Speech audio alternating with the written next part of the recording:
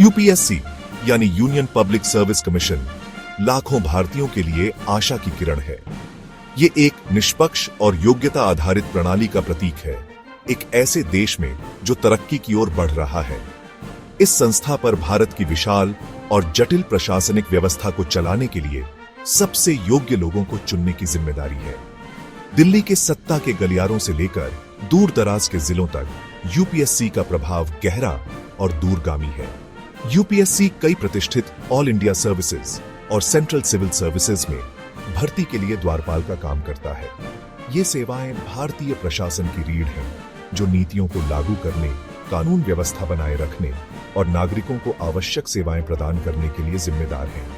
UPSC द्वारा चुने गए अधिकारी देश के भविष्य को आकार देने में महत्वपूर्ण भूमिका निभाते हैं। उन्हें संविधान को बनाए रखने और लोगों की सेवा ईमानदारी और समर्पण के साथ करने का काम सौंपा गया है। यूपीएससी की चयन प्रक्रिया अपनी कठोरता और निष्पक्षता के लिए जानी जाती है।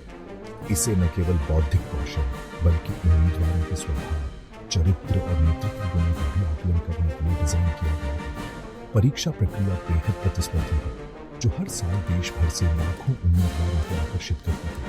यह निबंध यूपीएससी के आकर्षक इतिहास में इसकी शुरुआत से लेकर वर्तमान महत्व तक की बातों को बताया है। संवैधानिक जनादेश, इसकी भूमिका का विकास और समकालीन भारत में इसके सामने आने वाली चुनौतियों को पड़ताल करता है। इस पड़ताल के माध्यम से हम इस संस्था की स्थापना से लोक सेवा,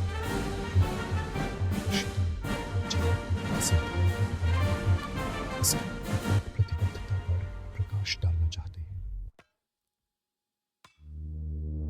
यूपीएससी का अधिकार और वैधता भारतीय संविधान में निहित है।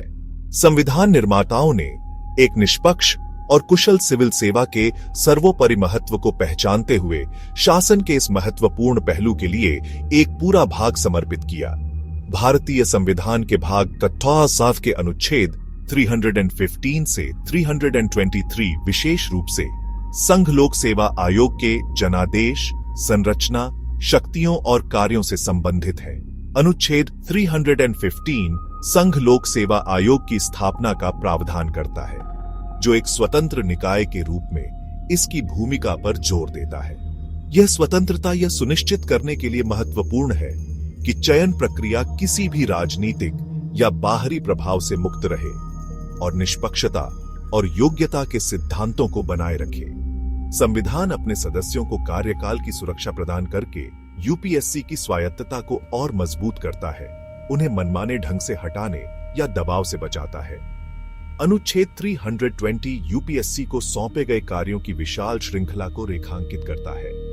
इन कार्यों में अखिल भारतीय सेवाओं, केंद्रीय सिविल सेवाओं और केंद्र सरकार के तहत अन्य पदों पर भर्ती शामिल है। यूपीएससी इन पदों के लिए उपयुक्त उम्मीदवारों की पहचान करने के लिए परीक्षा, साक्षात्कार और अन्य चयन प्रक्रियाएं आयोजित करता है। यह सुनिश्चित करता है कि केवल आवश्यक ज्ञान, कौशल और योग्यता वाले लोग ही सिविल सेवाओं में शामिल हों। संविधान इन अनुच्छेदों के माध्यम से कार्यपालिका और यूपीएससी के बीच शक्तियों का स्पष्ट पृथक्करण स्थापित करता है। जहां कार्यपालिका नीतियां बनाती है और कार्यक्रमों को लागू करती है, वहीं यूपीएससी एक स्वतंत्र भर्ती एजेंसी के रूप में कार्य करता है। यह सुनिश्चित करता है कि सिविल सेवकों के लिए चयन प्रक्रिया निष्पक्ष रहे और पूरी तरह से योग्यता पर आधारित हो। शक्तियों का यह पृथक्करण भारतीय प्रशासनिक व्यवस्था की अखंडता और दक्षता को बनाए रखने के लिए महत्वपूर्ण है। यूपीएससी की जड़ें ब्रिटिश औपनिवेशिक काल में खोजी जा सकती हैं, जहां सिविल सेवाओं के लिए एक केंद्रीकृत भर्ती प्रणाली की आवश्यकता को पहचाना गया था। 1924 में ली कमीशन ने भारत के लिए एक लोक सेवा आयोग की स्थापना की सिफारिश की। इसके चलते 1926 में संघीय लोक सेवा आयोग की स्थापना हुई। हालांकि इस निकाय के पास सीमित शक्तियां और कार्यक्षेत्र था, जो मुख्य रूप से इंपीरियल सेवाओं के लिए भर्ती पर केंद्रित था। स्वतंत्रता की शुरुआत और संविधान को अपनाने के साथ 1950 में संघीय लोक सेवा आयोग को संघ लोक सेवा आयोग में बदल दिया गया। इसने आयोग की भूमिका और जिम्मेदारियों में एक महत्वपूर्ण बदलाव को चिह्नित किया। इसे संविधान में निहित लोकतांत्रिक शासन और राष्ट्रीय विकास के सिद्धांतों के साथ जोड़ा। नवगठित यूपीएससी को नवजात राष्ट्र की सेवा के लिए सक्षम और समर्पित व्यक्तियों की भर्ती के महत्वपूर्ण कार्य का भार सौंपा गया था। आजादी के बाद के शुरुआती साल भारत के लिए अपार चुनौतियों और अवसरों का दौर था। देश उपनिवेशवाद की विरासत, व्यापक गरीबी और राष्ट्र निर्माण के कार्य से जूझ रहा था। यूपीएससी ने इस अवधि के दौरान महत्वपूर्ण भूमिका निभाई। ऐसे व्यक्तियों का चयन किया जिन्होंने आधुनिक भारत को आकार देने वाली प्रमुख संस्थाओं और नीतियों की नींव रखी। उन प्रारंभिक वर्षों में यूपीएससी द्वारा भर्ती किए गए अधिकारियों ने राष्ट्र निर्माण में महत्वपूर्ण भूमिका निभाई। आर्थिक नियोजन, बुनियादी ढांचे के विकास और सामाजिक कल्याण जैसे विविध क्षेत्रों में योगदान दिया। यूपीएससी ने अपने शुरुआती वर्षों में अपनी विश्वसनीयता स्थापित करने और लोगों का विश्वास हासिल करने के कठिन कार्य का सामना किया। उसे एक विविध राष्ट्र की जटिलताओं से निपटना पड़ा।